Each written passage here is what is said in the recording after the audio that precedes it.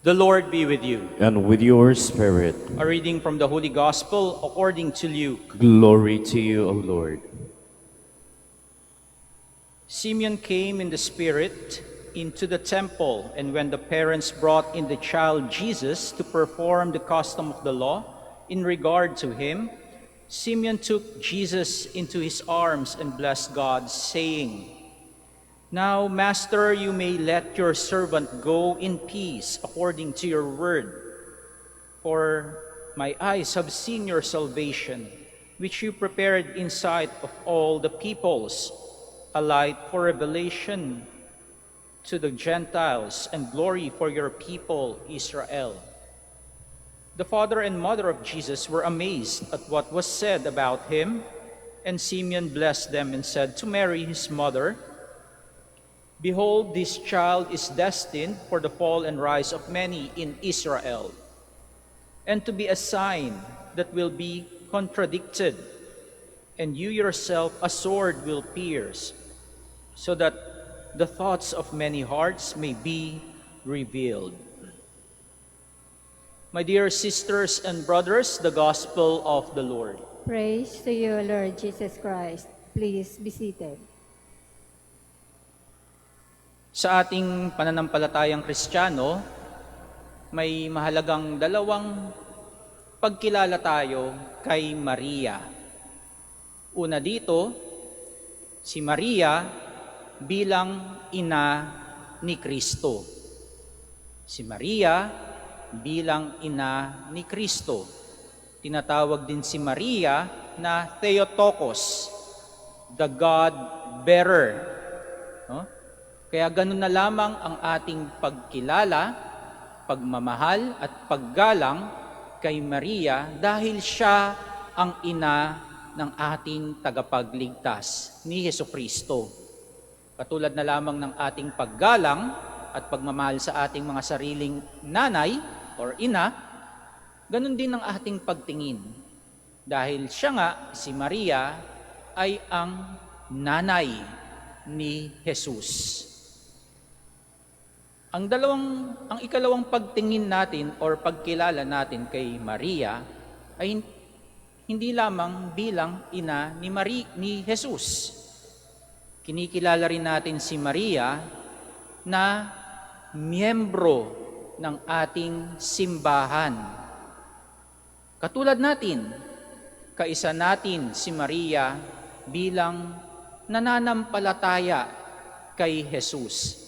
Siya nga yung unang sumampalataya kay Jesus. Nung sinabi niya yung ibinigay niya yung kanyang will to become the mother of Christ. No?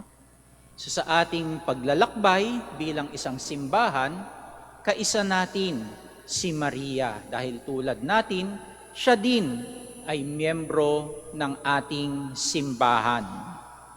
Kaya napakaganda nga ng tema ng ating pagdiriwang ng kapistahan ngayong taong ito sa ating paggunita or giving honor to Our Lady of the Rosary of Manaoag. Our theme for this year is Maria, kaisa sa ating pakikilahok sa misyon. No? Si Maria, ina ni Kristo, ay kaisa natin sa ating mga misyon sa buhay. She is with us, journeying with us. Sa ating simbahan nga ngayon, no, lagi ninyong naririnig yung salitang synodality. Walking together. At si Maria ay kasama nating naglalakbay sa ating misyon bilang isang simbahan. At ganun din sa mga misyon natin sa ating buhay. Naitanong nyo na po ba sa inyong mga sarili kung ano ang inyong misyon sa buhay? No? Ang ating misyon ay kaakibat nito yung ating mga bokasyon sa buhay. Our vocation, kung saan tayo tinatawag ng Diyos. Yan ang ating misyon. Ang iba sa inyo, ang misyon ay ang pag-aasawa. Ang bokasyon ay ang pag-aasawa. Tinawag para magkaroon ng pamilya. Ang iba naman sa atin, tinatawag ng Panginoon o ang bokasyon, no, sa single blessedness. No? May mga single po ba rito? No? Isa pong bokasyon yan.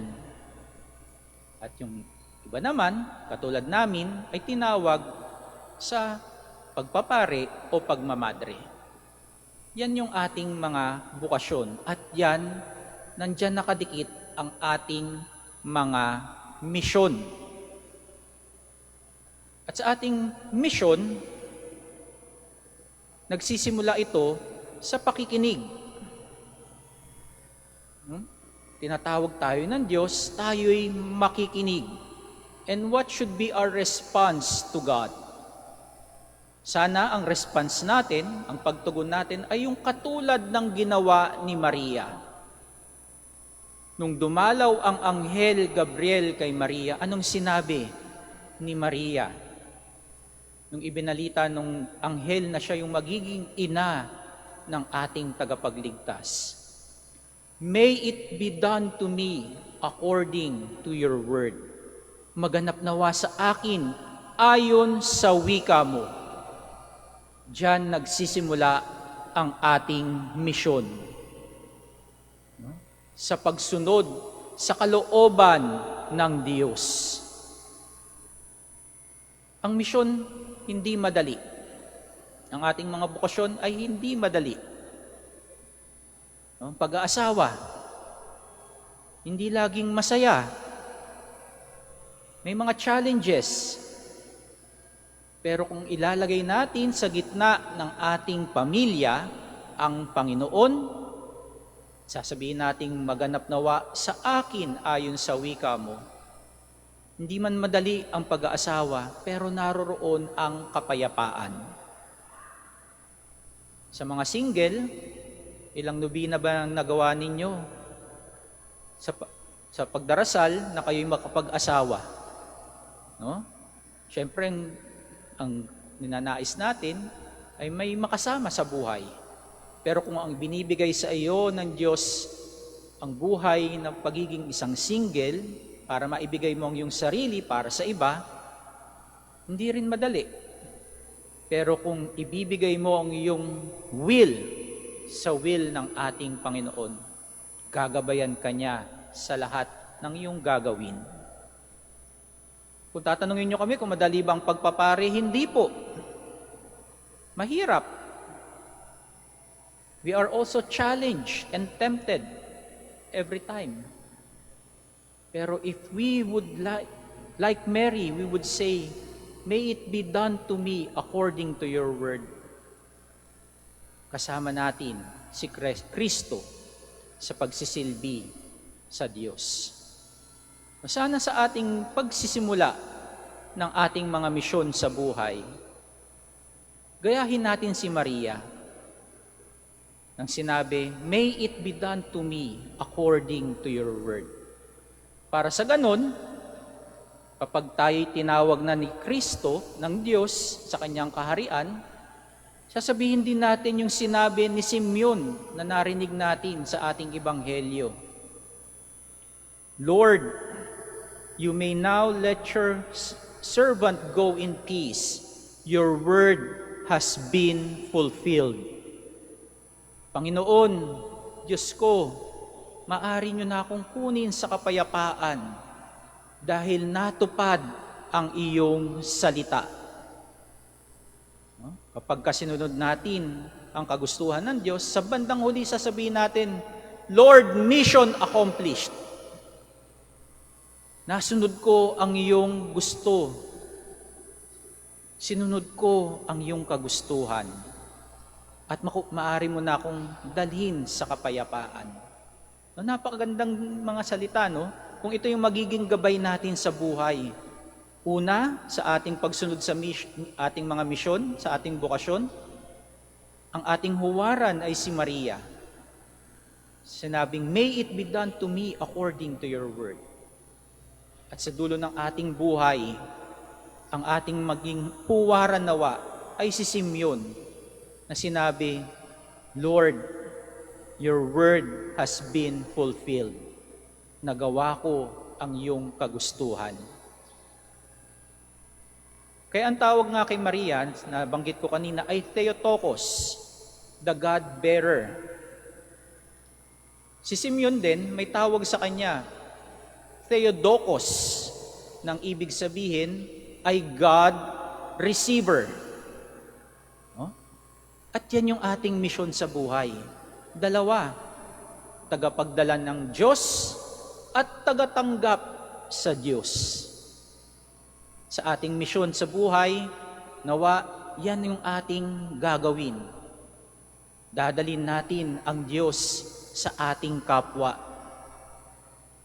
Yan yung ating misyon.